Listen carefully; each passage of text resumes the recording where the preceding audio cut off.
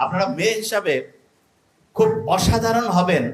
একটা জিনিস খেয়াল রাখবেন, আপনি যখন বিয়ে হবে, হওয়ার পরে অবশ্যই এই জিনিসটা মাথায় রাখবেন, আপনার হাজবেন্ডের যে মা বাবা এবং ভাই বোন তাদের সাথে সুসম্পর্ক রাখবেন। এইটা আপনার জন্য গেম চেঞ্জিং হবে। আমি আপনাকে বললাম, আপনার প্রথমে মনে হইতে পারে এটা লস, এটা ইনভেস্টমেন্ট, সত্যি কথা, এবং এটা আপনার জন্য লাইফ চেঞ্জিং হবে। যে জায়গায় আমি বলছি এটা অবশ্যই করবেন, পরিবারগুলো অসাধারণ হবে। যে জায়গায় বলছিলাম মেয়েরা কেন পাওয়ারফুল, আপনি কি জানেন আপনার যে সন্তানের বৈশিষ্ট্য এর 90% মেয়েদের কাছ থেকে আসে। কত পার্সেন্ট? ছেলেরা কিন্তু অনেকে জানে না, এখন 90% মেয়েদের আসে। তার মানে সন্তানটা ভালো হইলেও বৈশিষ্ট্যটা প্রধানত কার কাছ থেকে আসছে? তাহলে আমাদের যে বৈশিষ্ট্য এটা প্রধানত কি আমার আব্বার জন্য না মায়ের জন্য? এই জন্য রত্নগর্ভা মা। হ্যাঁ, আব্বার অত কিন্তু রত্নগর্ভা মানে যদি হবেই না, মানে আমি জাস্ট বোঝার জন্য বলছি, ওরকম নাই, ঠিক না?